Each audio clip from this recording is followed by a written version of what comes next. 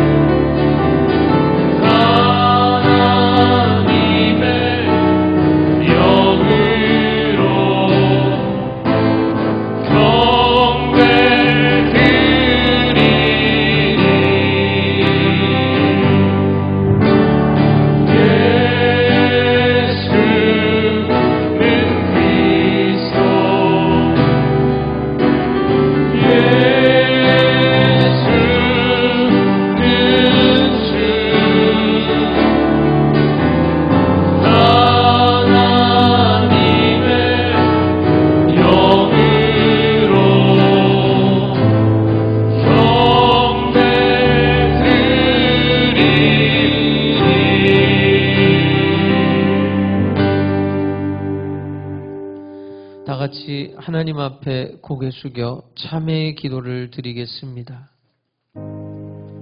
긍휼과 자비와 사랑이 풍성하신 아버지 하나님, 주님께서 오래오래 참아주시기에 우리들이 주님 앞에 나올 수 있었으며 주님께서 벌써 용서해 주셨기에 감히 다시 주님 앞에 나와 부끄러움을 무릅쓰고 참회의 기도를 드립니다. 주의 이름을 받들어 살며 주의 사람으로 살아가면서 이 세상에 나아가 너무나 많은 실수를 했고 많은 죄를 범했습니다. 은혜 안에 사나 은혜를 모르고 믿는다고 하나 믿음대로 살지 못했으며 주를 사랑한다고 하나 주께 감사하며 그 은혜로 살지 못했습니다. 주의 은혜에 감격하면서도 그 은혜의 열매를 맺지 못했고 주는 우리를 이처럼 사랑하셨고 크게 용서하셨건만 우리는 용서하지 못했습니다. 우리는 많은 것을 받아 살면서도 원망과 불평에 살았고 우리에게 주신 많은 시간을 헛되이 보냈으며 그 많은 물질을 헛되이 소모했으며 건강할 때 해야 할 일을 못한 게으르고 무지몽매한 사람들입니다. 주님의 뜻을 행함에 핑계가 많고 나 자신의 사리사욕을 위하여 주의 이름마저 쉽게 욕돌렸으며 신앙 고백에 합당한 생을 살지 못하고 소망에 당연한 생을 살지 못하며 성도로서의 본분을 다하지 못했습니다. 이 어리석고 미련한 생을 불쌍히 여겨주시고 모든 죄를 용서하여 주시옵소서. 이 시간 십자가의 보혈로 속량하시고 말씀으로 감동 감화하시며 성령의 크신 능력으로 오늘도 뜨겁게 역사하여 주시옵소서. 이 시간은 하나님과 나만이 아는 죄들을 겸손한 마음으로 계속해서 묵묵히 참회의 기도를 드리겠습니다.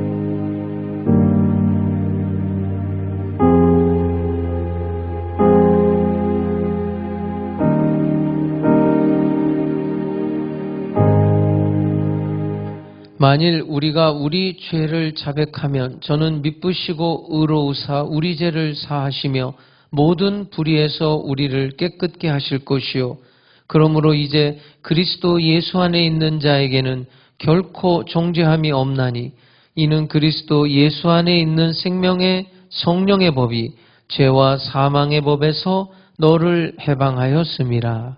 아멘. 전능하사 천지를 만드신 하나님 아버지를 내가 믿사오며 그 외아들 우리 주 예수 그리스도를 믿사오니 이는 성령으로 잉태하사 동정녀 마리아에게 나시고 본디오 빌라도에게 고난을 받으사 십자가에 못 박혀 죽으시고 장사한 지 사흘 만에 죽은 자 가운데서 다시 살아나시며 하늘에 오르사 전능하신 하나님 우편에 앉아 계시다가 저리로서 산자와 죽은 자를 심판하러 오시리라. 성령을 믿사오며 거룩한 공회와 성도가 서로 교통하는 것과 죄를 사하여 주시는 것과 몸이 다시 사는 것과 영원히 사는 것을 믿사옵나이다. 아멘.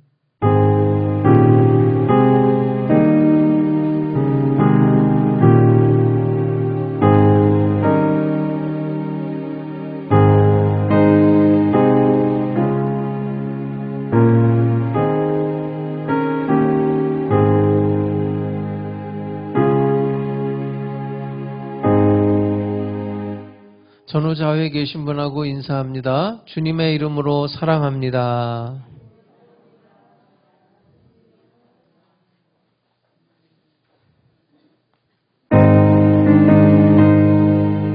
앞에 나오셔서 하세요.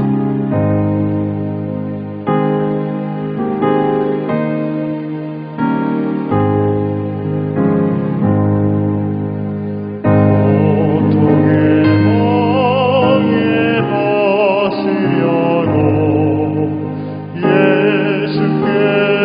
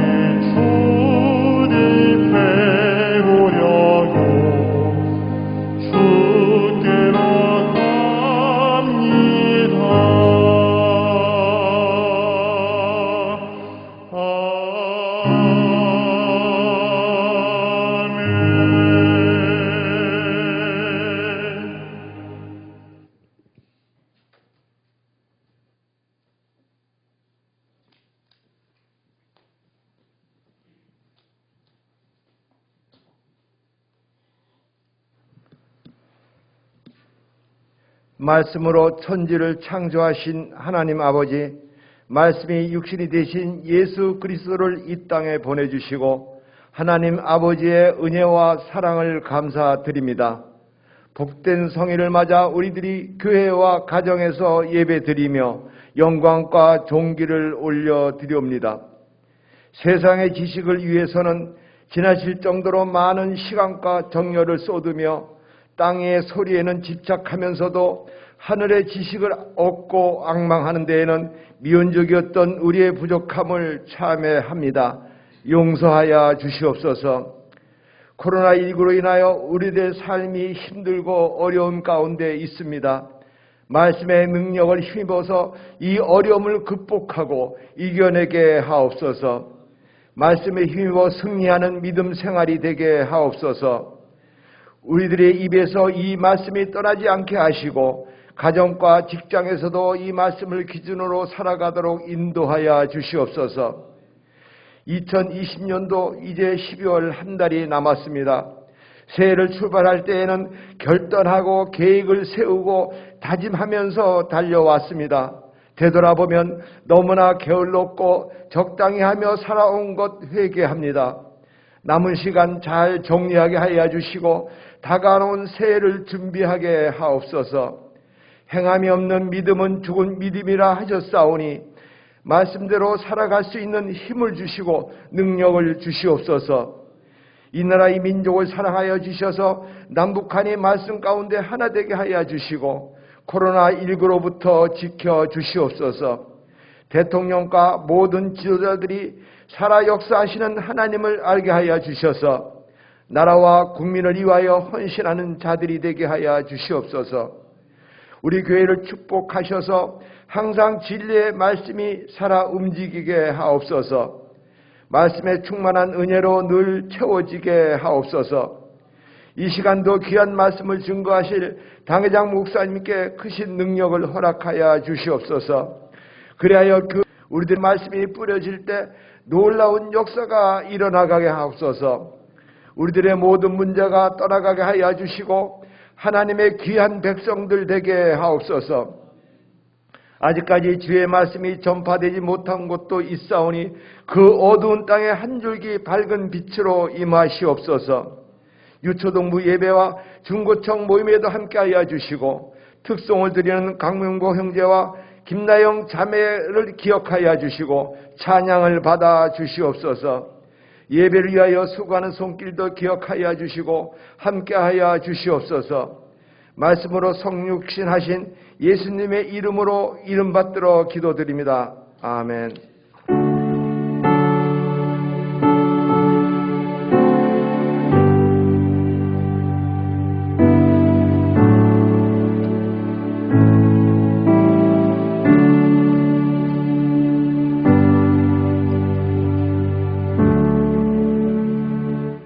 하나님 말씀 누가복음 14장 7절에서 11절까지의 말씀이 되겠습니다.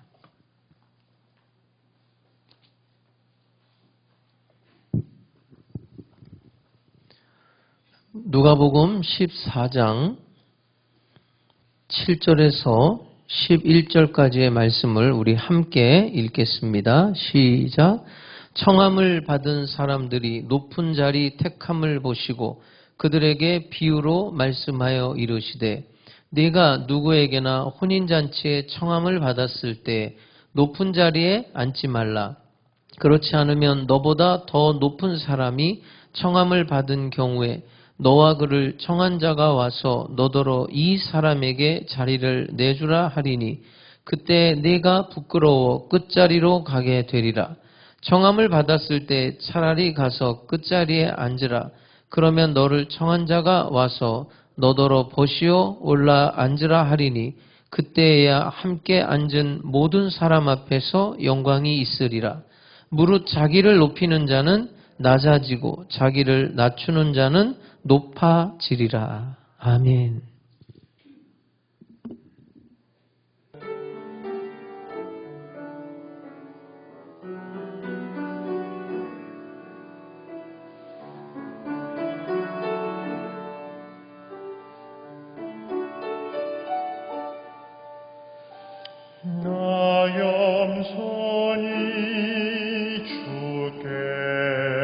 나와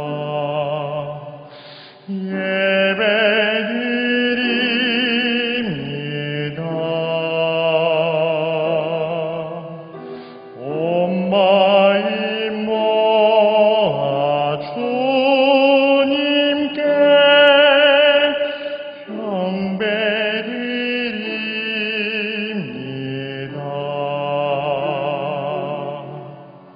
죄만고 연약한 나에게 사랑을 주시고 그 사랑 저버린 나에게 은혜 베푸셨네. 나 겸손히 무릎 꿇고 용서를 빕니다. 정결한 마음 받고자 엎드려 빕니다.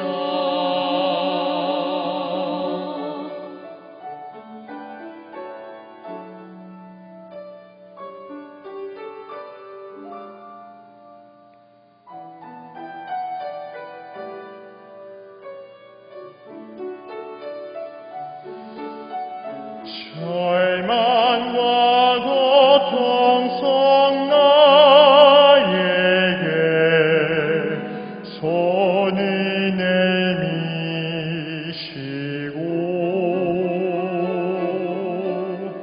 죄악과 어둠 속 나에게 빛으로 오셨네.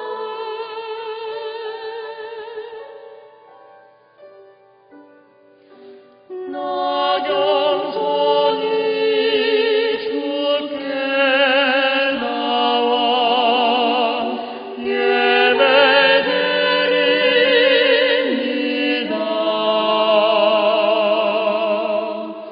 온 마음 모아 주님께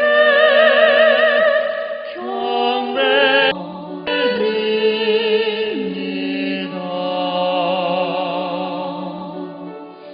온 마음 모아 주님께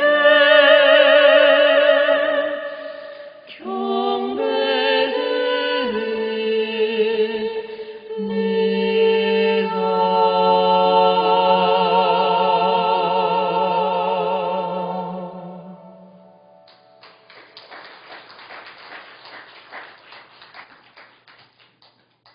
할렐루야. 하나님께서 여러분을 사랑하십니다. 오늘도 하나님이 여러분을 사랑하셔서 한 사람 한 사람에게 크신 은혜와 은총을 베풀어 주실 줄로 믿습니다. 온라인으로 각 가정에서 예배를 드리는 우리 하남 순복음 백성들 동일한 은혜를 베풀어 주실 줄로 믿습니다. 저는 오늘 여러분과 함께 교만에 대해서 한번 깊이 생각해 보려고 합니다. 혹시 여러분 주위에 참 저 사람 교만하다 이렇게 생각되는 사람이 있습니까? 있어요? 그 사람에 대한 여러분의 솔직한 느낌이 어떻습니까? 자, 이제 생각을 잠깐 접고 자신이 어떻다고 생각합니까? 자신은 교만하다고 생각합니까? 만약에 내가 교만하다면 상대방이 나를 잠시 전에 내가 어떤 사람이 교만하다 그때 그 느낌으로 나를 지금 그렇게 생각하고 있습니다. 그렇게 대하고 있단 말이에요. 반대로 내가 겸손합니까? 나는 내가 겸손하다고 생각하십니까? 그렇다면 이미 여러분은 마귀의 유혹에 벌써 넘어간 겁니다. 자, 오늘 본문 누가복음 14장 11절에 보면 무릇 자기를 높이는 자는 낮아진다 이렇게 말했어요. 교만이 뭐냐면요, 자기를 높이는 거예요. 자신을 높이 둡니다. 자신을 실제 상태보다 더 높이는 것, 그것을 교만이라고 합니다. 다른 사람보다 자신을 더 낮게 여기는 겁니다. 스스로 자신을 탁월하다고 생각을 합니다. 사람들이 있으면 그 사람들 사이에 내가 항상 중심이 되는, 그렇게 자연스럽게 행동하는 것을 교만이라는 거예요. 그걸 자기를 높인다는 거예요. 그런 사람들은 나중에 어떻게 될까? 중세의 문호 단테는 신곡에서 이런 글을 썼습니다. 교만했던 자들이 이제 지옥에 갑니다. 연옥이라고 그래요. 거기서 어떻게 지내느냐? 등에 무거운 바위를 지고 느릿느릿 걸으면서 등장하는 사람들이 있어요. 그게 바로 교만한 자들이라는 거예요. 무거운 바위에 눌려가지고 발걸음을 제대로 옮길 수 없을 정도로 혹독한 고통 속에 살아가고 있다고 표현했어요. 이 사람들이 세상에서는 마음이 높아져서 눈을 아래로 깔고 다른 사람을 내려다보면서 지내던 자들이에요. 그런데 연옥에 가서는 가슴이 낮아져가지고 무거운 바위 때문에 아래만 바라보면서 지내야 하는 그런 형벌을 받게 된다. 이렇게 글로 표현을 했습니다. 교만의 본질은 마음과 눈을 높이고 자신을 우뚝 세우는 거예요. 역사적으로 교회는 교만을 윤리적인 개념을 넘어서 가르쳐 왔습니다. 제가 지금 말씀드린 건 윤리적 개념이고 신학적 개념으로 이해해 왔어요. 이것은 일반 윤리학계와 다른 점입니다. 성경은 교만에 대해서 뭐라고 가르치냐면 단순히 자기를 높이는 것을 넘어서서 하나님을 떠나 스스로 자신과 삶의 주인으로 살아가려는 태도를 교만이라고 가르쳐 왔습니다. 성 어거스틴은 아담과 하와의 죄, 인간의 첫 범죄를 하나님의 통치를 거부하는 것이라고 해석을 했습니다. 왜 선악과를 따먹었느냐? 스스로 하나님처럼 돼서 자신과 세계를 통치하면서 살려고 했던 것이다. 이렇게 해석을 했어요. 일리 있는 해석이죠. 창세기 11장에 보면 바벨탑 사건이 있어요. 이것도 마찬가지입니다. 신할 평지에서 바벨탑을 쌓은 인간의 행동도 같은 맥락으로 이해했어요. 창세기 11장 4절에 보면 바벨탑을 쌓고 하는 말입니다. 우리의 이름을 내고 온 지면에 흩어짐을 면하자. 자, 인간들이 모여 살면서 문명을 이룹니다. 그리고 힘이 강해져요. 그러니까 사람들이 교만해져서 하는 말입니다. 우리 이름을 내고 온 지면에 흩어짐을 면하자. 자, 여기서 우리의 이름을 낸다는 말은 스스로 이름을 짓는다는 의미예요. 아담이 동물과 식물의 이름을 지어줬죠. 그건 무슨 의미냐면 그 동물과 식물에 대해서 아담이 주권이 있고 지배권을 가지는 의미가 있어요. 그런데 바벨탑을 쌓고 자기가 스스로 자기의 이름을 짓는다는 건 무슨 얘기냐? 하나님 대신 우리 인간들이 땅의 지배자가 되자. 우리 인간들이 땅의 주권자로 살려 했던 거예요. 그게 바벨탑 사건입니다. 그래서 하나님께서는 그들을 흩으셨다는 거예요. 사무엘 하에 보면 이스라엘 왕 다윗이 하나님의 명령을 거스르면서 이스라엘의 인구 조사를 하는 내용이 나옵니다. 여기에 대해서 요압은 왕의 명령에 저항하면서 하나님께서 하나님의 백성의 수, 하나님의 군대의 숫자와는 관계없이 이스라엘을 지켜줄 텐데 왜 왕은 자기 군대의 힘을 의지하면서 이 나라를 지키려고 인구 조사를 하려고 합니까? 하면서 왕에게 저항을 합니다. 다윗이 왜 인구 조사를 했느냐? 하나님과 관계없이 스스로의 힘으로 스스로 나라를 지키려는 명백한 교만이 그 마음속에 있었다는 거예요. 교만이라는 것은 하나님 없이 자기의 힘으로 살아가고자 하는 것, 그것을 교만이라고 하는 겁니다. 그렇기 때문에 교만은 반드시 행동으로 나타나게 돼 있어요. 하나님의 법을 무시하고 자기 뜻, 자기 생각대로 행동을 하게 되는 거예요. 아담과 하와의 죄는 자기의 눈이 밝아져서 하나님과 같이 되기를 기대했던 교만이 있었어요. 그래서 그것이 행동으로 나타나는데 자기네들이 하나님과 같이 되려는 의지가 있었기 때문에 선악과를 따먹는 악한 행동이 나오고 말았던 거예요. 교만은 스스로 하나님과 같이 되려는 것과 다름이 없는 거예요. 그러니까 얼마나 무서운 죄입니까? 하나님처럼 행동하는 거예요.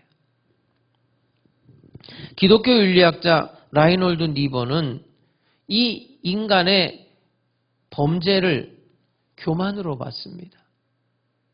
아담과 하와의 범죄의 핵심은 교만이고 교만의 본질은 자기 중심성이라고 말했습니다. 하나님의 명령을 거부하고 선악을 알게 하는 과실을 따먹는 것은 하나님을 의지하고 하나님께 순종하며 살아야 하는 피조물의 신분을 떠나서 스스로가 운명의 주인이 되려고 한 행동이다. 이렇게 해석을 했습니다. 다시 말하면 왜 선악과를 따먹었느냐? 스스로 통치자가 되려고 한 행동이라는 거예요. 그러니까 교만이 뭡니까? 하나님의 통치를 거부하고 자신이 중심이 되어서 사는 것, 이것을 교만이라고 하는 거예요. 그래서 교만은 특징이 있습니다. 자기 기만을 합니다. 여러분, 교만한 사람은 스스로를 무척 대단하게 여깁니다. 스스로를 자랑스러워합니다. 실제로 탁월한 경우도 있지만 그렇지 않은 경우도 허다합니다. 스스로를 속이는 거예요.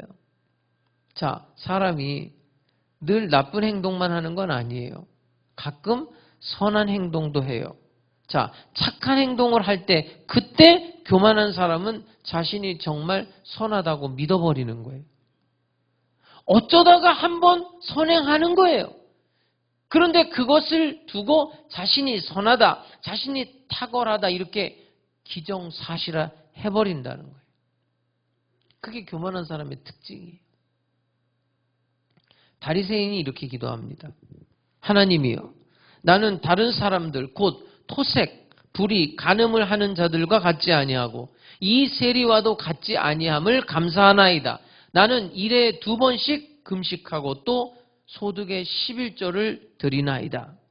여러분, 바리새인은 자신이 율법에 따라 행동하기를 원했고 또 그렇게 살고 있었기 때문에 스스로가 의롭다고 믿어버린 거예요.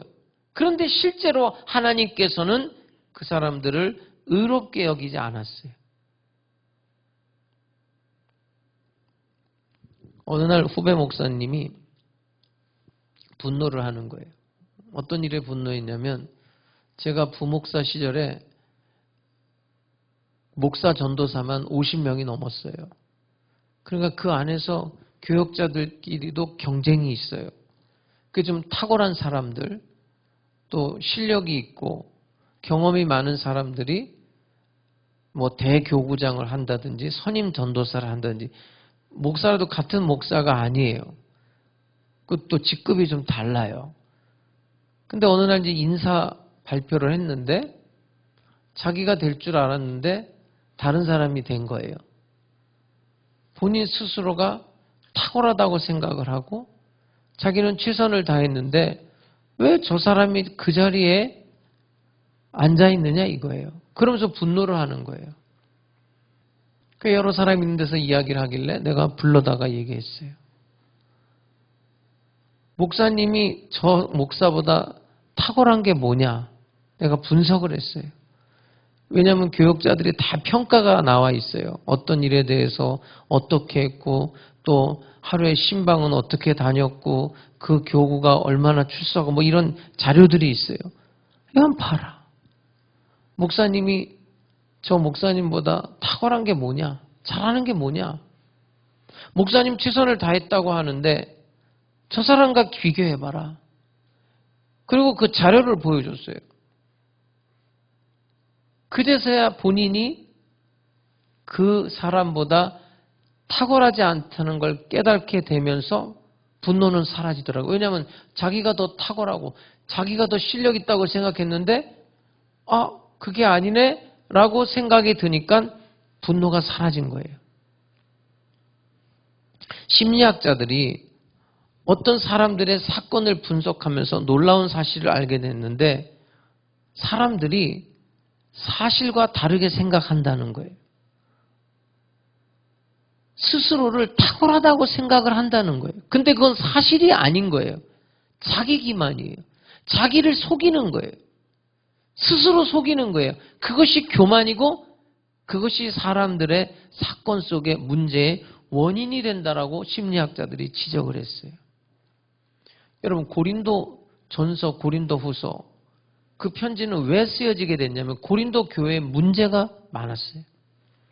특별히 어떤 문제가 있었냐면 파당을 지었어요. 나는 바울파다. 나는 아볼로파다. 나는 게바파다.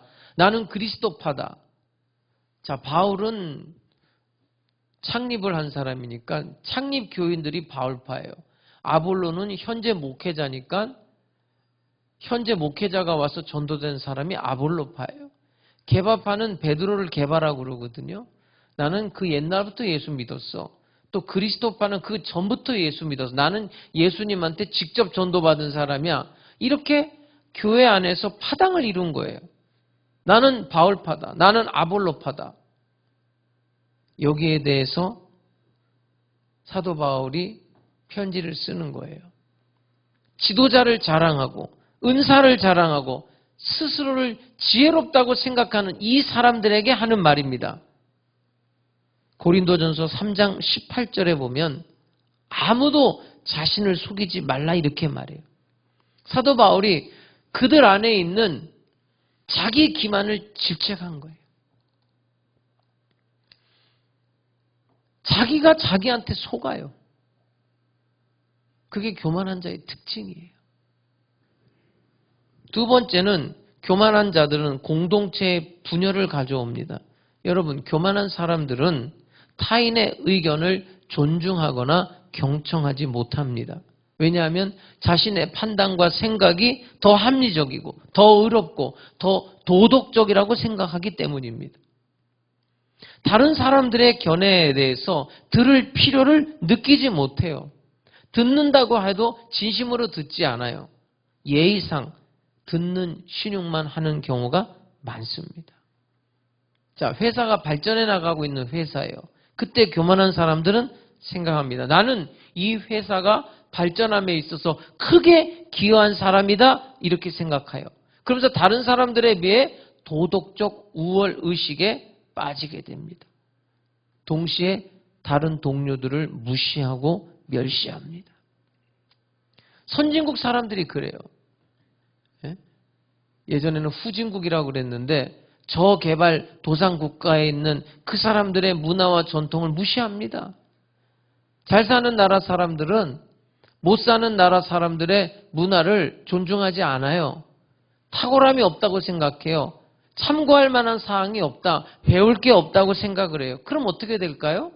결국 소통이 이루어지지 않는 거예요. 교만한 사람들은 주위 사람들에게 상처를 입힙니다. 그리고 조직의 평화 관계를 깨뜨리는 거예요. 예를 들어서 동료가 잘못을 할 때가 있습니다. 뭐 식견이 부족하다든지 능력이 부족해서 잘못을 했을 그 순간에 참지를 못하는 거예요. 비판의 날을 세웁니다. 말을 안 한다 하더라도 마음으로 무시해버립니다. 눈길로 무시합니다. 그러면서 함께 일하는 동료들에게 상처를 주는 거예요. 교만한 사람들은 선배의 말에 귀를 기울이지 않습니다. 어른들의 말에도 귀를 기울이지 않아요. 왜냐하면 자기 생각이 옳기 때문에. 더 높은 권세에서 오는 정당한 지도, 정당한 통치도 무시합니다. 거부해버린단 말이에요. 그렇기 때문에 교만한 사람들이 있으면 조직은 결속력이 떨어지고 관계는 냉랭해지기가 십상입니다. 결국 공동체를 파괴하는 거예요. 예수님께서는 교만한 바리새인 서기관을 신랄하게 비판했죠. 이유가 있습니다. 그 사람들이 바로 공동체를 파괴하기 때문에 그래요. 특별히 교만이 무서운 것은 교만은 최후 뿌리를 남는 죄가 교만이에요. 그래서 교만을 모든 죄의 뿌리라고 말합니다. 뿌리처럼 땅속에 깊이 박혀있기 때문에 눈에 보이질 않아요. 가지에 해당되는 모든 죄가 제거된 후에도 뿌리기 때문에 이 교만이라는 죄는 제거하기가 상당히 어렵단 말이에요. 나무를 그냥 뿌리째 뽑지 않으면 다시 싹이 트고 가지가 솟아나듯이 탐욕의 죄, 탐식의 죄, 정욕의 죄, 우리 저번 주에 말했던 분노의 죄, 또 그 저번 주에 말했던 나태의 죄, 이런 죄들을 다 제거한다 하더라도 슬그머니 머리를 쳐들고 나오는 게 교만이에요. C.S. 루이스는 스크루테이프의 편지에서 이런 글을 썼습니다. 신자가 겸손해집니다. 예수 믿는 사람들이 겸손해지면 누가 위기감을 느끼냐면 악마들이 위기감을 느껴요. 그래서 악마들이 긴급히 대응을 하게 되는데 어떤 신자가 겸손해지니까 삼촌 악마가 조카 악마에게 조언을 하는 거예요. 가르쳐 주는 거예요. 자, 그 겸손한 신자가 자기가 겸손해졌다는 사실에 관심을 갖도록 유도해야 한다는 거예요. 세상에 내가 이렇게 겸손해지다니. 이렇게 자기가 겸손해진 것에 대한 자부심과 만족감을 갖는 그 순간에 자신이 겸손해졌다는 교만이 고개를 쳐들게 된다는 거예요. 그렇게 가르치는 거예요. 혹시 그것을 또 경계해서 이것조차 유혹을 물리치고 근신하려고 하면 또 삼촌 악마가 조카 악마에게 가르쳐 줍니다. 근신하는 자체를 자랑스러워하도록 그렇게 또 만들라는 거예요. 이만큼 교만이 뿌리를 뽑기가 어려운 겁니다. 소득의 상당 부분을 가난하고 어려운 자들에게 나누며 소박하게 살아가는 사람들이 있습니다. 그 사람들의 마음속에 하나님께 감사하는 마음이 있으면 다행인데 하나님과의 관계가 끊어지고 나면 내가 이렇게 내 물질을 사용해서 어려운 사람들을 도와주고 있다는 자부심, 도덕적 자부심이 자리를 잡게 됩니다. 그러면 어떤 현상이 벌어지느냐? 그렇게 살지 못하는 사람들에 대해서 도덕적 우월 의식을 갖게 됩니다. 이게 바로 교만의 속성인 거예요. 때로는 욕망을 다스리고 절대된 생활을 하는 그런 사람들조차도 슬그머니 교만이 머리를 들고 나오게 되는 거예요. 하나님의 은혜, 하나님께 감사하지 않으면 자부심, 교만으로 그 마음이 변해버린다는 거예요. 특별히 최악의 교만은 영적인 교만입니다. 여러분, 사람들이 보통 언제 교만해지냐면 권력을 얻을 때, 명예를 얻을 때, 재물을 얻을 때, 사회적 지위를 얻을 때 우쭐하고 교만에 빠지기가 쉬워요. 구약 성경에 보면 두로왕이라는 사람이 있어요. 이 사람이 자기가 왕으로 있을 때 최고의 전성기 때 재물을 획득해요. 그리고 이 사람 외모가 아주 준수해요. 그래서 자기가 획득한 재물과 그 준수한 외모 때문에 교만해졌다고 성경은 지적을 해요. 그런데 이런 것들과는 차원이 다른 경건한 자들이 빠지기 쉬운 교만이 있어요. 그게 뭐냐면 영적인 교만이에요.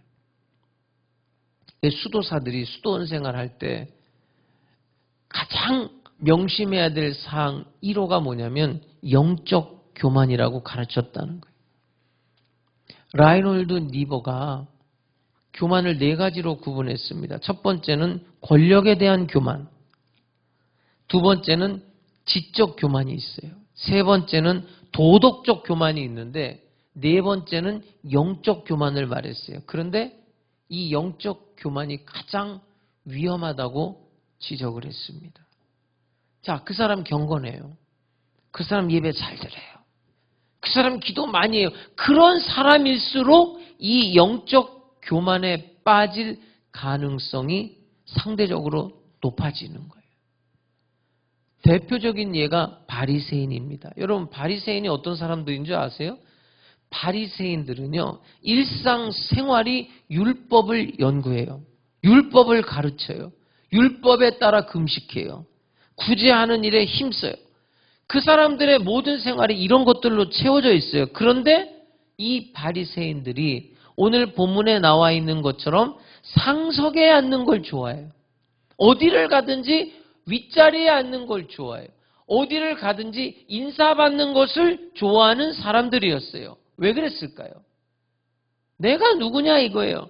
나는 거룩한 하나님의 율법을 가까이 하고 그와 관련된 직무를 행하는 사람이기 때문에 나는 존경받아야 되는 이 생각을 한 거예요. 그레고리우스는 이 영적 교만을 화살에 비유했습니다. 왜냐하면 언제 어디서 날아올지 예측할 수 없는 화살. 이거 언제 맞을지 몰라요. 그게 영적 교만이에요. 성직자들 중에 이 영적 교만이라는 화살을 맞은 사람들이 적지 않아요. 그렇기 때문에 성직자들은 영적 교만에 빠지지 않기 위해서 또 조심해야 돼요. 이게 경건한 사람들이 피해야 될 죄입니다. 경건한 사람들은 다른 죄들은 다 피해요. 그런데 더 큰 죄악인 이 교만을 피하지 못하는 경우가 허다하단 말이에요. 도덕적으로 흠이 없는 사람들, 경건한 사람들은 이 도덕적 교만이 발전을 해요. 왜냐하면 내가 도덕적으로 죄를 안 지었기 때문에 하나님이 나를 깨끗하게 생각할 거라고 생각하는 거예요. 하나님이 나를 깨끗하게 받으실 거라고 생각하면서 이것이 영적 교만으로 발전을 하는 거예요. 어떤 사람은요, 교단에 대한 자부심이 있어요. 우리 교단은 어떻다. 이게 영적 교만으로 나아갑니다. 어떤 사람은 교회에 대한 자부심이 있어요. 우리 교회는 크다. 이게 영적 교만으로 나가는 거예요. 그 교만은 교회 연합을 깨뜨리는 거예요. 기도를 많이 하는 사람들이 있어요. 대부분 이런 사람들이 어떤 죄를 짓고 있느냐. 자, 이런저런 일로 힘들어하는 사람들을 신방해요. 그런데 기도 많이 한다는 사람들이 사려 깊지 못한 조언을 합니다. 뭐라고 조언하냐면 기도가 부족해서 그래요. 영적 우월 의식에서 나오는 태도입니다. 이런 거 철저히 경계해야 돼요. 여러분, 욥이 범죄했기 때문에 혹독한 고난을 당한 게 아니잖아요. 그 사람이 기도가 부족해서 고난당하는 게 아닐 수 있단 말이에요. 그 사람이 잘못했기 때문에 고난당하는 것이 아닐 수 있단 말이에요. 사람이 겪는 고난이라는 것은 이해하기 어려운 부분이 너무나 많이 있습니다. 사람이 당하는 고난은 숨겨진 부분이 너무나 많이 있어요. 이것은 오로지 하나님의 소관인 줄 믿으시기 바랍니다. 그런데 마치 해결 방법을 아는 것처럼 조언하는 것은 영적 교만인 거예요. 그렇기 때문에 우리가 이 영적 교만을 이겨야 되는데 그 이길 수 있는 길을 제가 여러분에게 오늘 말씀드리기를 원합니다. 첫 번째는 자기 실상을 바로 봐야 됩니다. 왜 자기를 높이느냐? 자신의 참모습을 제대로 인식을 못하기 때문에 자신을 높이는 거예요. 자신의 실상을 바라봐야 됩니다. 이것이 교만의 기초를 제거하는 길입니다. 칼뱅은요, 자기를 왜 제대로 못 보고 있느냐, 그 이유를 2가지로 말했어요. 첫 번째는 본성적으로 교만하다는 거예요. 자신이 의롭다고 생각해요.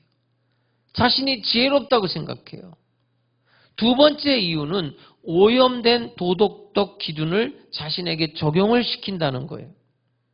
그러니까 나는 별로 문제 없다는 거예요. 저 사람과 비교할 때 나는 별 문제 없어. 덜 악한 것을 선한 것이라고 판단해 버린단 말이에요. 그래서 칼뱅은 뭐라고 주장하냐면 눈을 하나님께 돌려야 된다는 거예요. 여러분, 자신을 제대로 보려면 사람이 아닌 하나님께로 눈을 돌려야 돼요. 다른 방법은 없습니다. 절대자, 전능자, 거룩하신 하나님을 보면 그분을 통해서 자신을 알 수가 있는 거예요. 칼뱅은 기독교 강요에서 이렇게 말합니다. 하나님에 관한 지식과 우리 자신에 대한 지식은 서로 연결되어 있다. 만약에 인간이 하나님을 알지 못하면 인간 자신이 어떤 존재인지 결코 알 수 없게 돼 있다. 이렇게 말했어요. 시편 14편 1절에 보면 어리석은 자는 그의 마음에 이르기를 하나님이 없다 하는도다. 여러분, 하나님이 없다고 하는 사람들은 자기의 실상을 깨닫지를 못합니다. 하나님 앞에 서야 돼요. 하나님 앞에 설 때 인간의 실상이 낱낱이 밝혀지는 거예요. 마치 한 줄기 빛에 어둠 속에 있던 먼지가 생생하게 드러나듯이 하나님 앞에 서면 인간은 지렁이같이 누추한 존재임을 깨닫게 되는 거예요. 이사야 41장 14절에 보면 버러지 같은 너 야곱아 이렇게 말하고 있어요. 이사야 6장 5절에 보면 이사야 선지자가 하나님 앞에서 고백하는 겁니다. 화로다. 나여 망하게 되었도다. 나는 입술이 부정한 사람이요. 나는 입술이 부정한 백성 중에 거주하면서 만군의 여호와이신 왕을 배웠음이로다. 여호와를 배웠을 때 그는 자기 자신이 망하게 됐다고, 자기 자신이 부정한 사람이라고 고백하는 거예요. 베드로도 마찬가지입니다. 어느 날 베드로는 밤이 맞도록 그물을 물고기를 잡았지만 한 마리도 못 잡았어요. 그런데 예수님께서 그물을 내리라고 그래서 말씀에 의지해서 그물을 내렸더니 그물이 찢어질 정도로 많은 고기가 잡힌 거예요. 그때 베드로의 고백입니다. 주여 나를 떠나소서. 나는 죄인입니다. 그는 두려워하면서 고백했습니다. 하나님 앞에서 그리고 하나님의 말씀 앞에서 우리 자신을 비춰봐야 돼요. 여러분, 율법은 하나님의 의가 드러나는 거예요. 동시에 율법은 인간의 악을 보여주는 거예요. 초기의 사막 수도사들은 하루 일과에 꼭 빼놓지 않는 게 있어요. 그게 바로 하나님의 말씀을 읽는 거예요. 이것을 거룩한 독서라고 말합니다. 정해진 시간에 매일 말씀을 읽고 그 말씀을 묵상하는 거예요. 그러면서 하나님의 임재를 추구하면서 깊이 기도해요. 그러면 하나님의 말씀을 묵상하면서 기도할 때 어떤 일이 벌어지느냐? 내가 남을 판단하는 걸 좋아하고 조금만 불편해도 화를 내고 조금도 양보하지 않는 이기적인 옹졸한 모습이 그대로 드러나는 거예요. 하나님의 말씀을 읽고 기도하면서 그런 모습들이 보여지는 거예요. 그러면 어떻게 하느냐? 예수 기도라는 거래요. 말 대신에 기도를 하는 거예요. 간단합니다. 하나님의 아들 주 예수 그리스도시요 더럽고 형편없는 자를 불쌍히 여기소서. 하루에도 수십 번씩 하나님의 말씀에 비추어 볼 때 하나님 나를 용서해 주세요. 나는 더럽고 추악하고 형편없는 사람입니다. 이 기도문은 지금도 로마 캐톨릭 교회 안에서 사용되어지는 기도문이에요. 이걸 예수 기도라고 그래요. 자신의 정직한 모습을 치열하게 들여다보는 사람, 그 사람이 겸손의 경지로 나아갈 수 있는 복된 기회를 얻게 되는 거예요. 또 하나의 방법이 있습니다. 공동체 훈련입니다. 공동체에 속한다는 것은 자기만의 방식을 내려놓고 공동체가 추구하는 삶의 방식을 자기 것으로 삼아 타인과 함께 생활하겠다는 것을 의미하는 거예요. 여러분, 공동체 생활은요, 항상 그 공동체에 질서가 있습니다. 규율이 있어요. 그 특정한 삶의 방식이 있어요. 내가 그걸 따르겠다 맹세하는 거예요. 그때 새로운 자아가 형성되고 겸손을 익히는데 실제적인 도움을 받을 수가 있는 거예요. 5세기에 유명한 수도사가 있습니다. 베네딕투스라는 유명한 수도사가 있어요. 이 사람이 수련사들에게 하나님의 말씀을 가르칩니다. 근데 하나님의 말씀만 가르치는 게 아니에요. 뭘 가르치냐면 수도 원장의 말을 경청하라고 가르칩니다. 그리고 정해진 규율을 따르라고 가르칩니다. 정해진 규율은 뭐냐면 육체 노동이 있어요. 그리고 거룩한 독서 시간이 있고 기도 시간이 있어요. 이걸 결코 빠뜨려서는 안 된다는 거예요. 식사 시간도 준수해야 돼요. 그리고 다른 수도사와의 관계에서 지켜야 할 규칙이 있어요. 그것도 반드시 따르라고 가르쳤어요. 그렇지 않으면 수도원 생활이 불가능해지기 때문에 그래요. 이 베네딕투스 수도사가 수도사들을 4가지 유형으로 나눴어요. 오늘날 교인들을 이렇게 나눌 수도 있어요. 한번 잘 들어보세요. 나는 어디에 속해 있나? 수도사를 4가지로 나누는데 첫 번째는 회수도사예요. 이건 뭐냐면 수도 원장의 감독을 받아요. 규율을 따라 다른 수도사들과 함께 공동체 생활하는 수도사예요. 이걸 회수도사라고 그래요. 두 번째는 은둔수도사입니다. 충분히 수련한 뒤에 이제 혼자 물러나서 수련하는 거예요. 이걸 은둔수도사라고 그래요. 세 번째는 독립수도사입니다. 이 독립수도사는 공동생활을 한 경험이 없어요. 자기 방식대로 혼자 수련하는 독립수도사. 네 번째는 유랑수도사가 있어요. 유랑수도사는 한 수도원에만 있는 게 아니에요. 여러 수도원을 유랑하면서 수도사 생활하는 거예요. 그게 유랑수도사예요. 그러면서 이 4수도사를 구별하면서 평가를 합니다. 뭐라고 평가했느냐? 독립수도사, 그러니까 공동생활 경험이 없는 수도사, 이거는 수도사라고 할 수도 없다 이렇게 평가했어요. 그리고 유랑수도사, 이거는 더 나쁜 유형의 무리들이다 이렇게 평가했어요. 그럼 가장 좋은 수도사가 누구냐? 회수도사예요. 이게 가장 바람직한 수도사라는 거예요.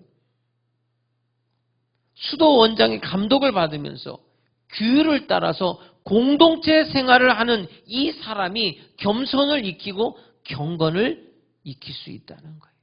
생각해 보세요, 여러분. 수도원에 수도사들이 모였어요. 다양한 배경을 가진 사람들이 모였겠죠. 자기만의 생활 방식이 있고 자기만의 생활 습관이 있어요. 이걸 제거하지 않으면 부딪힐 수밖에 없잖아요. 이런 환경 속에서는 교만이 최고의 적이 되는 거예요. 자기만 옳다. 그리고 타인의 행동, 타인의 사고를 밖에 없는 함부로 평가하는 교만은 공동체를 깨뜨릴 수밖에 없는 거죠. 동료가 마음에 안 들어도 인정해야 됩니다. 마음에 들지 않는 동료의 말을 들어줘야 돼요. 그리고 인내의 훈련을 해야 됩니다. 그러면서 서로에게 서로가 자기를 맞춰가는 거예요. 이것을 몸으로 익히고 배우는 곳. 그것이 바로 공동체 생활이에요. 여기서 자기를 부인하는 겸손이 생기는 겁니다. 오늘날은 어떨까요? 오늘날 그리스도인들이 이런 훈련을 어디서 받을 수 있을까요? 바로 교회입니다. 여러분, 오늘 코로나니까 우리가 예배만 드리고 돌아가지만 단순히 예배에만 참석하는 걸로 그리스도인의 삶을 다할 수는 없는 거예요. 나는 여러분들이 이 교회에 와서 공동체 생활을 통해서 그리스도의 한 몸을 이룰 수 있기를 주의 이름으로 축복합니다. 자기 안의 삶을 우리 안의 삶으로 변화시켜야 돼요. 여러분, 교회 안에도 마찬가지예요. 사회적인 신분의 차이가 있어요. 나이의 차이가 있죠. 지위의 차이가 있어요. 지식 수준의 차이가 있어요. 그럼에도 불구하고 하나가 돼야 돼요. 훈련을 통해서 그리스도의 몸으로 만들어져야 돼요. 여러분, 그리스도인들끼리 생각이 다르잖아요. 우리 같이 교회 다니지만 기호가 달라요. 그럼 어떻게 됩니까? 충돌하게 돼 있어요. 그 충돌을 견디지 못하고 교회를 떠나기도 해요. 다른 교회 가는 거예요. 그럼 그 교회 가면 또 충돌 안 할까요? 계속 유랑 교인이 되는 거예요. 그러나 여기서 충돌을 하더라도 우리는 그리스도의 한 몸임을 인식하면서 불편을 감수해 나가는 거예요. 그러면서 공동체가 하나 되기 위해서 스스로 훈련하는 거예요. 상호간에 복종하는 거예요. 그런 공동체의 장이 되는 곳이 바로 하남 순복음 교회인 줄로 믿습니다. 여러분, 이 교회에서 친교하고 있습니까? 그럼 여러분들은 하나님의 은혜를 받은 자예요. 근데 지금 이 교회에서 누군가를 내가 배제하고 있습니까? 안 돼요. 그러면 안 돼요. 함께 지내야 돼요. 원수라도 함께 지낼 수 있어야 돼요. 곡식과 가라지가 있어요. 가라지는 쓸모없잖아요. 그거 뽑아버려야죠. 그랬더니 주인이 하는 말이에요. 가만둬라. 추수 때까지 가만둬라. 여러분, 곡식과 가라지가 함께 자라는 거예요. 내가 뽑는 게 아니에요. 뽑더라도 하나님이 뽑아내는 거예요.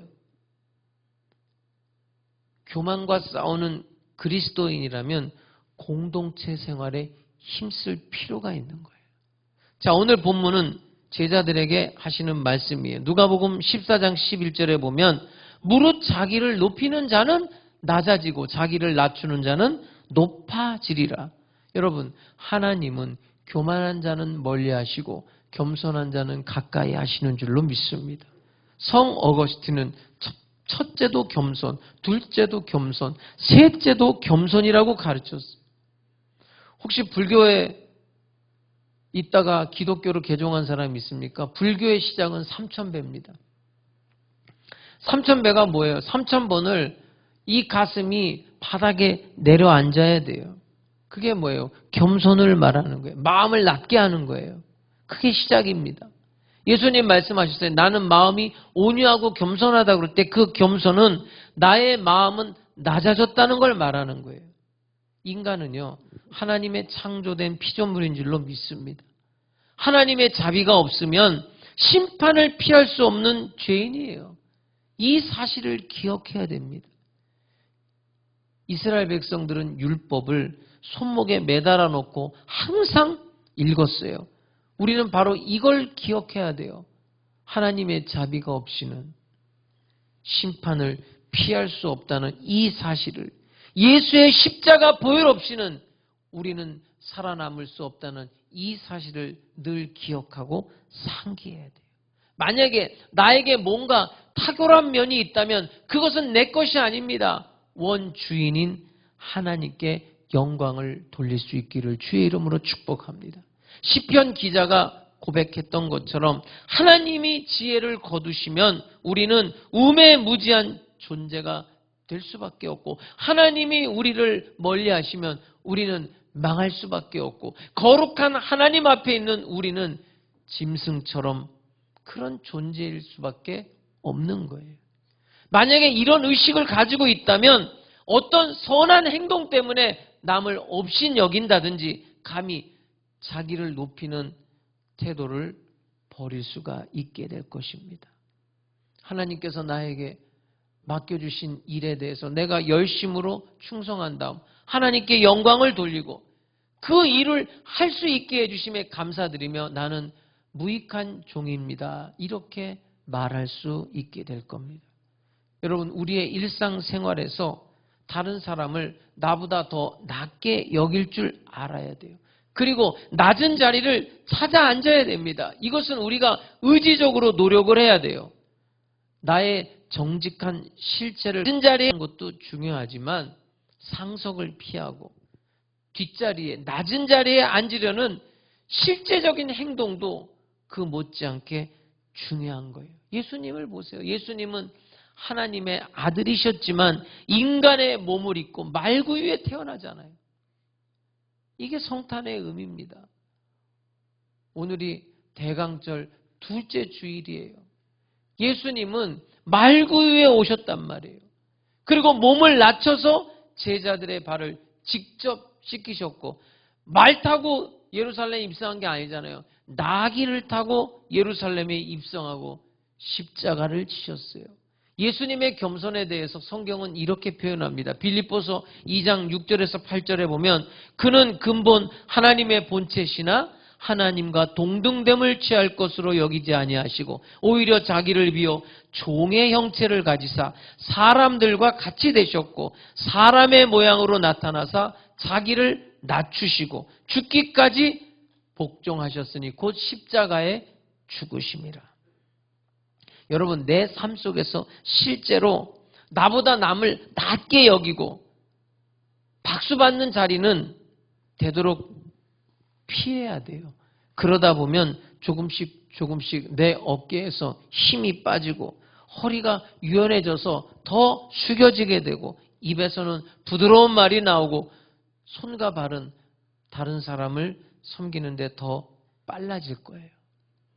자신을 낮추면 하나님이 높이실 겁니다. 하나님께서는 십자가를 지신 예수님을 다시 일으키시고 만유의 주로 세우셨어요. 빌립보서 2장 9절에 보면 이러므로 하나님이 그를 지극히 높여 모든 이름 위에 뛰어난 이름을 주사. 예수님 말씀하셨습니다. 누구든지 첫째가 되고자 하면 뭇사람의 끝이 되고 뭇사람을 섬기는 자가 되어야 하리라. 오늘도 예수님 말씀하십니다. 자기를 낮추는 자는 높아지리라.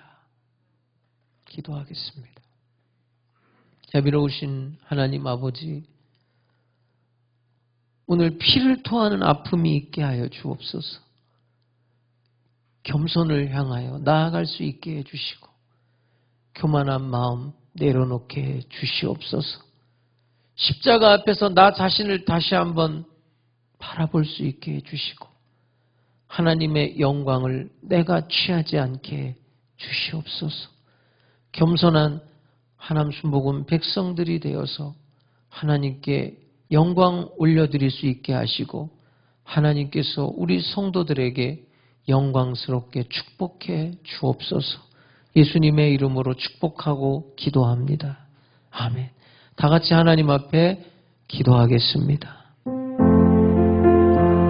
자비로우신 아버지 하나님, 오늘 내 자신을 다시 한번 하나님 앞에서 바라볼 수 있게 해 주옵소서. 하나님의 긍휼이 없이는 단 한순간도 살아갈 수 없는 존재임을 깨닫게 해 주시옵소서.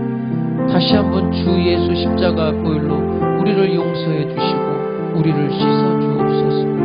추악하고 더러운 우리의 모든 죄와 허물을 사하여 주시고 진실로 이웃을 사랑하고 성도들을 사랑하고 용서하고 이해하며 하나님의 백성의 삶을 살게 해 주시옵소서.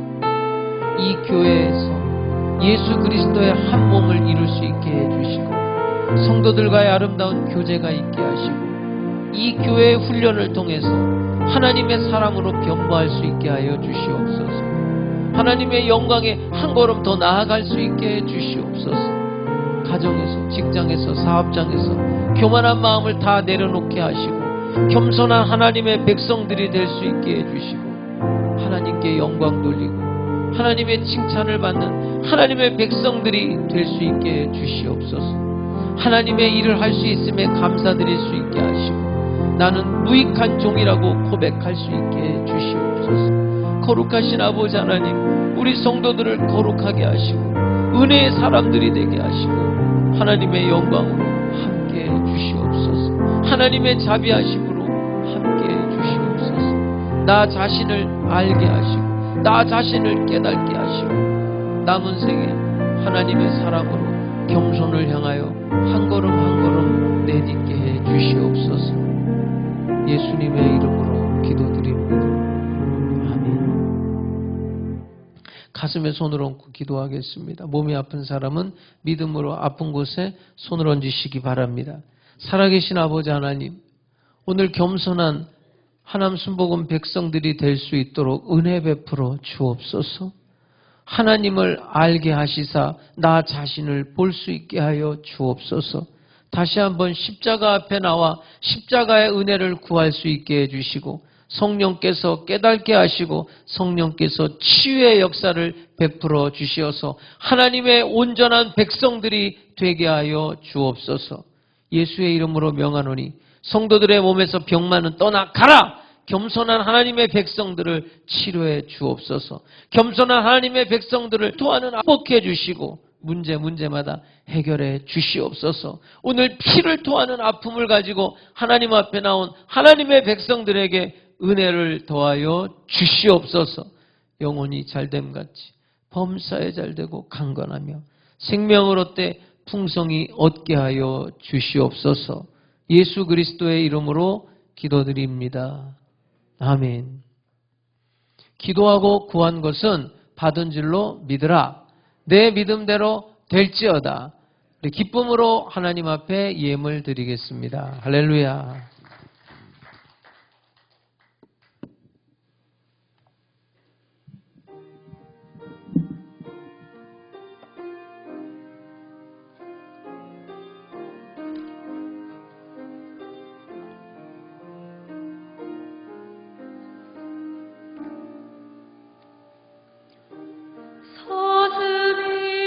사슬이시는 모를 찾기에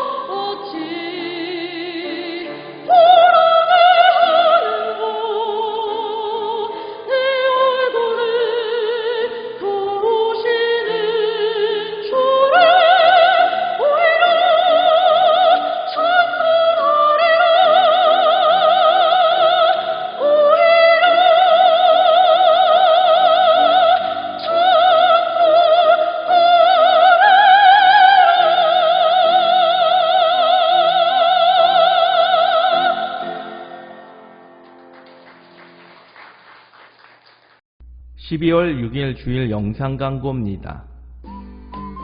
전국에 개편된 사회적 거리두기 2단계 조치로 주일 예배 참석 인원이 20% 이내까지 제한됩니다. 이에 하남순복음교회에서 방역을 더 철저히 하여 안심하고 새벽 예배, 수요 및 금요 예배와 주일 예배를 드릴 수 있도록 하고 있사오니 성도님들께서도 개인 위생관리 활동에 더욱더 협조해 주시고 교회에 나오셔서 예배 드려주시면 감사하겠습니다. 또한 본 교회는 밴드를 통해 실시간으로 예배 현황을 온라인으로 예배드리고 있고 녹화 예배는 기존 유튜브나 교회 홈페이지에서 기존처럼 들으실 수 있습니다. 영적 성장을 위한 성경학교 5기 비대면 온라인 강의가 금일, 주일 오후 3시에 각 가정에서 줌을 통해 에스라, 느헤미야, 에스더 강의로 서혜성 목사님께서 진행해 주시겠습니다. 교회학교 소식입니다. 중고청 비대면 말씀 묵상이 매주 주일 저녁 9시 30분에 있습니다. 유치부 초등부 주일 예배는 밴드 및 유튜브에 예배 녹화 영상을 올리고 있습니다. 성도님들의 많은 관심과 온라인 예배 참여에 협조 부탁드립니다. 12월 교회 행사 안내입니다. 온 인류를 구원하시기 위해 이 땅에 오신 예수님을 축하하는 성탄전 축하 찬양 예배가 12월 22일 주일 11시 예배에 있겠으며 성탄절 당일 축하 예배는 12월 25일 오전 11시에 성도님들과 함께 드려지게 되겠습니다. 송구 영신 예배는 12월 31일 저녁 11시부터 드려지오니 성도님들의 많은 관심과 예배 준비를 위해 중보 기도해 주시길 부탁드립니다. 교인 동정입니다. 산업통상자원부가 주최하고 한국패션산업협회가 주관하는 2020년 대한민국 패션 대상 시상식에서 최뉴욕 대표 유채윤 자매가 장려상을 수상하였습니다. 이날 코로나19로 인하여 비대면 행사로 진행되었는데요. 시상식과 패션쇼는 비대면 홀로그램 영상으로 진행되었습니다. 유채윤 자매가 당당히 탑10에 선정되어 우수한 성적을 거둠에 감사드리며 더욱 세계로 뻗어나가는 디자이너가 되기를 소망합니다. 다시 한번 진심으로 수상을 축하드립니다. 온라인 헌금 안내입니다. 교회에 오실 수 없어서 온라인으로 예배를 드리시는 성도님들께서 헌금을 원하시면 교회 계좌로 입금해 주시면 감사하겠습니다.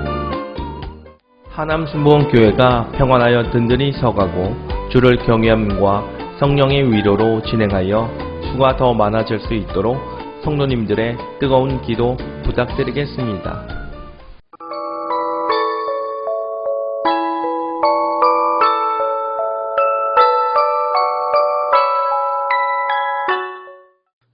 코로나가 심상치가 않은데요. 그러나 여러분 어느 곳에 있든지 여러분들이 무엇을 하든지 하나님께 집중하고 하나님을 의지하면서 살 수 있기를 주님의 이름으로 축복합니다. 하나님께서 여러분 어딜 가든지 누굴 만나든지 무슨 일을 하든지 지켜주시고 보호해 주실 줄로 믿습니다. 하나님 아버지 감사합니다. 신령과 진정으로 예배드리고 이 시간 10의 1조 예물, 주일 헌금, 주일 감사 예물, 선교 예물, 전도 예물, CLS 후원 예물, 생일 감사 예물, 1000번째 예물, 자녀를 위한 감사 예물, 각종 예물을 올려드립니다. 또 온라인으로도 각종 예물을 하나님 앞에 올려드립니다. 기쁘게 연락하여 주시옵소서.